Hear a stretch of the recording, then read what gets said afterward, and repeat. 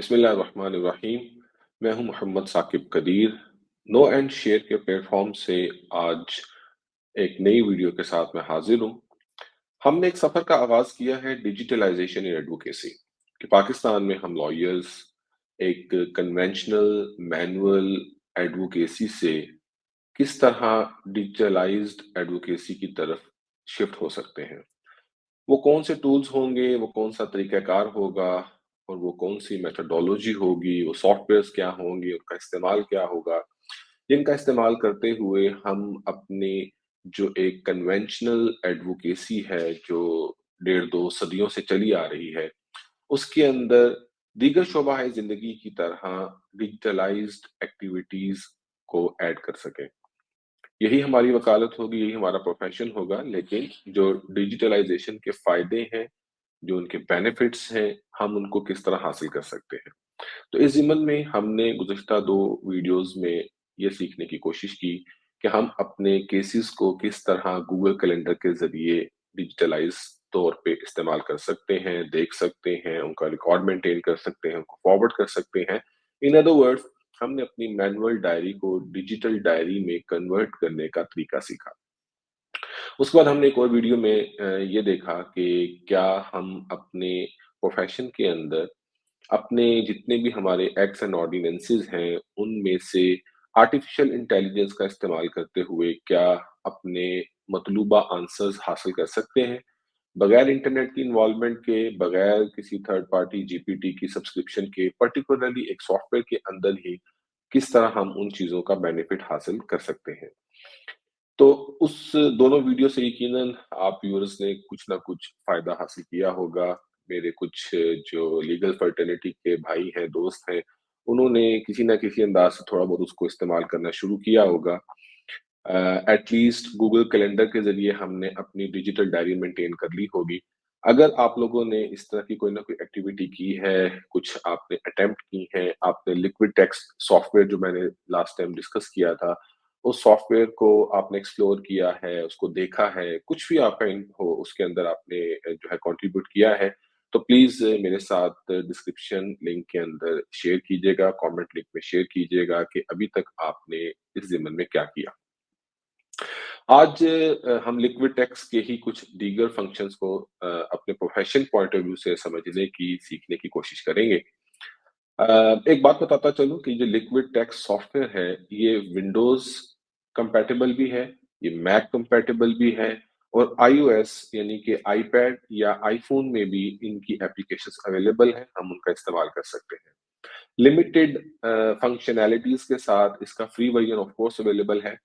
और अगर हम पेड वर्ज़न लेंगे तो ऑफ कोर्स उसके जितने भी मैक्सिमम बेनिफिट्स हैं वो हम हासिल कर सकेंगे। दूसरी इसकी ब्यूटी ये है कि अगर आपके पास इसका पेड वर्ज़न है, तो आप अगर अपने आईपैड पे, आईफ़ोन पे या विंडोज़ पे या मैकबुक में कहीं भी कोई भी फ़ाइल इम्पोर्ट करते हैं, उस फ़ाइल के ऊपर कोई किसी भी तरह का कोई काम करते हैं, तो वो आपके तमाम जो ऑपरेटिंग सिस्टम्स हैं, आपका आईपैड, आईफ़ोन, मैक, विंडोज़ उन सब में सिंक हो जाता है। तो इस तरह आपने अगर किसी अपने मैकबुक पे लिक्विड टेक्स्ट के अंदर कोई काम किया है और बाद-अज़ां आप आईपैड पे उसको कंसल्ट कर रहे हैं, तो आपने जो काम किया होगा, वो आप आईपैड पे भी देख सकेंगे।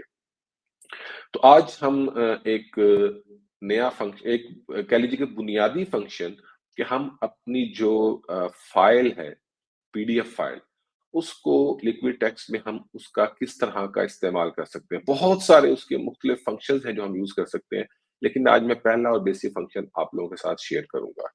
तो चलते हैं आज लिक्विड टेक्स्ट की इस न्यू प्रोडक्टिविटी को सीखने और समझने की तरफ।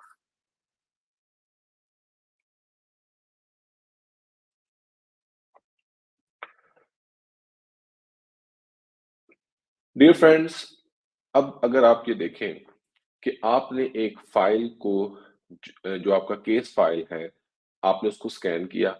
स्कैन करने के बाद आपने ड्रॉपबॉक्स के ज़रिए, जी ड्राइव के ज़रिए आईक्लाउड के ज़रिए या आपने बाकायदा यूएसबी के ज़रिए या केबल का इस्तेमाल करते हुए किसी भी मोड के ज़रिए आप उसको अपने आईपैड, अपने विंडोज़ लैपटॉप या अपनी मैकबुक में आपने शिफ्ट करना है। शिफ्ट करने के बाद आपने उस फ़ाइल को लिक्विड टेक्स्ट के अंदर इंपोर्ट करना है। ज़ाहिर है, वो एक पीडीएफ फाइल है, उसको आप इस सॉफ्टवेयर में लेके आएँगे तो आप उसका इस्तेमाल कर सकेंगे ना।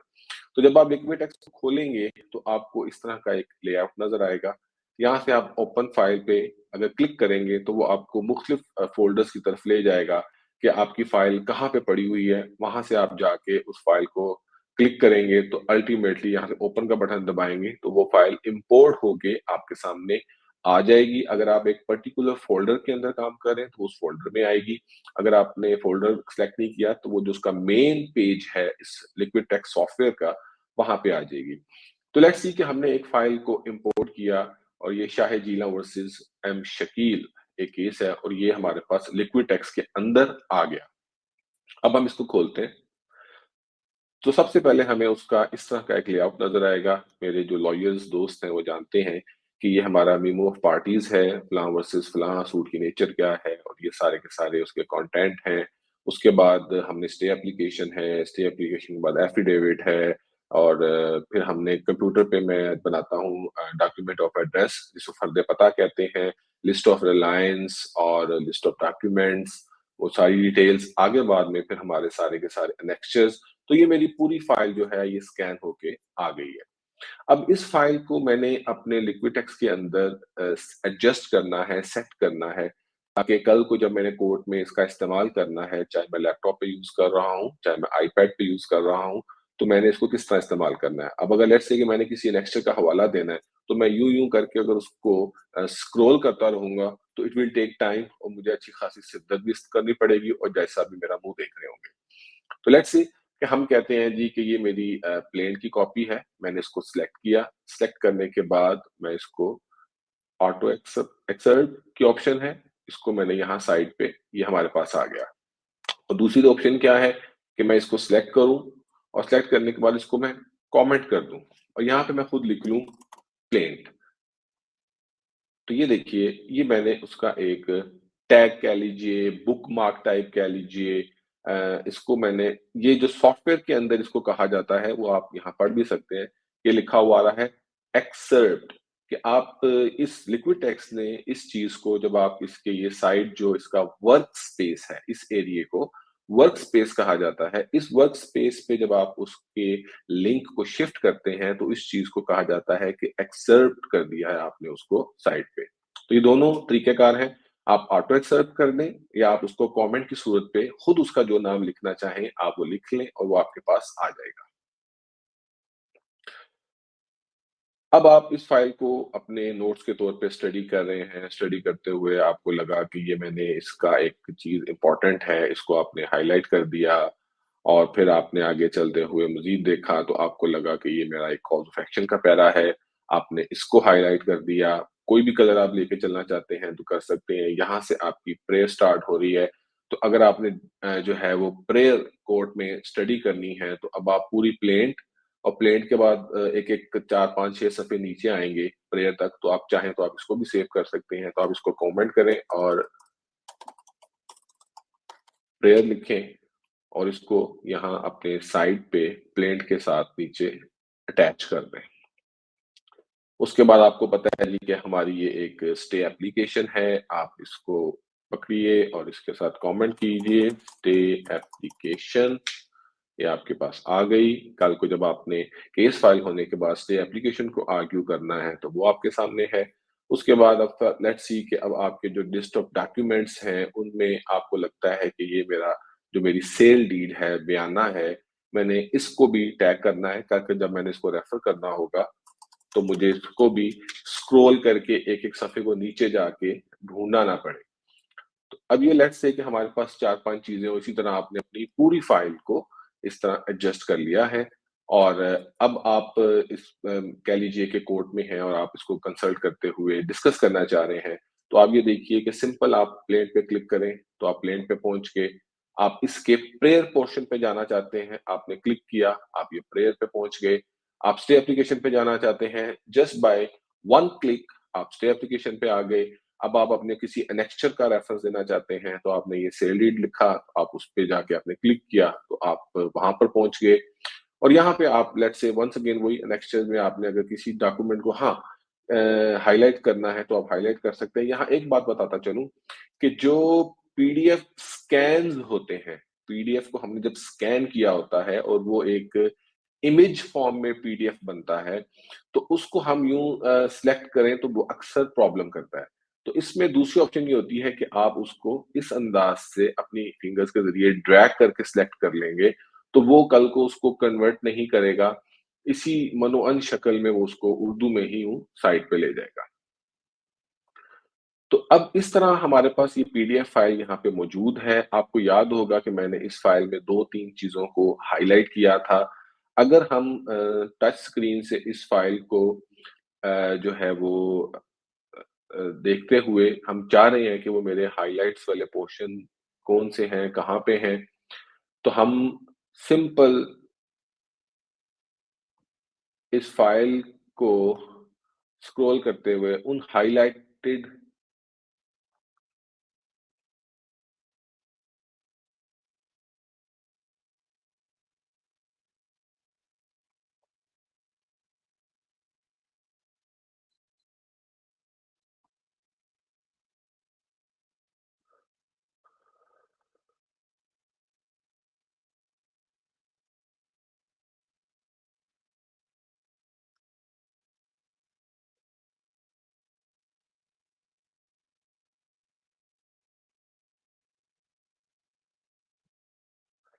इसी तरह अब आपने जितने भी अपने हाइलाइट्स मुख्तलिफ जगहों चीज़ों को किया हुआ है और आप अगर उनको इन वन गो व्यू करना चाहते हैं, तो ये आपकी लेफ्ट पे आप देख रहे हैं कि ये बटन आ रहा है हाइलाइट व्यू। आप इसको क्लिक करें, क्लिक करने के बाद अपनी 2 फिंगर्स के ज़रिए इसको पिंच करें और आप ये देखिए कि आपकी वो पूरी फाइल, चाहे वो 10 सफ़ों की है, चाहे वो 100 सफ़ों की है, चाहे वो 500 सफ़ों की है और आपने उस फाइल के अंदर कोई 1, 2, 3 हाइलाइट किए हुए हैं या 50 हाइलाइट किए हुए हैं, तो वो सारे सुकड़ के इस फॉर्म में आपके सामने आ जाएँगे, तमाम हाइलाइटेड पोर्शन्स। तो अब आप रेलेवेंट चीज़ को अगर आप खोलना चाहें, आपको लगता है कि मैंने ये कॉज़ ऑफ एक्शन वाला पैरा थोड़ा खोल के पढ़ना है, तो आप इस पे क्लिक करके इसको पिंच आउट करें, तो ये खुल जाएगा। पिंच इन करेंगे, तो फिर आपके पास ये सारे स्क्वीज़ होके ये देखिए मैंने पिंच इन किया तो मेरे वो हाइलाइटेड चीज़ें सारी एक जगह पे इकट्ठी हो गई। मैं इसको पिंच आउट करता हूँ, तो ये वापस अपनी बाय डिफ़ॉल्ट सूरत में आ गई। तो आज जस्ट हमने ये सीखा कि लिक्विड टेक्स्ट के अंदर हम किस तरह अपनी फाइल को इंपोर्ट कर सकते हैं, पीडीएफ फाइल को। उसके ज़रिए हम किस तरह चीज़ों को एक्सर्ट करते हुए अपने वर्क स्पेस पे एडजस्ट कर सकते हैं, लिंक कर सकते हैं। उसके बाद में सिंपल हम उनको क्लिक करेंगे और हम रेलेवेंट पेज पे, रेलेवेंट जगह पे पहुँच जाएँगे। प्लस हमने अपने उस फाइल के अंदर जितनी भी चीज़ों को हाइलाइट किया होगा, तो हम पिंच इन करते हुए वो सारी हाइलाइटेड जगहों पे बड़े आराम से पहुँच सकते हैं। तो आज के लिए इतना ही काफ़ी। मेरे दोस्तों से रिक्वेस्ट है कि प्लीज़ आप इन चीज़ों को इस्तेमाल कीजिए और डिजिटलाइज़ेशन इन एडवोकेसी के सफ़र में आगे बढ़िए। इंशाअल्लाह आपको इसका बहुत फ़ायदा होगा। अब तक के लिए इतना ही, नेक्स्ट टाइम नई वीडियो के साथ हाज़िर होऊँगा। अस्सलामु अलैकुम व रहमतुल्लाह।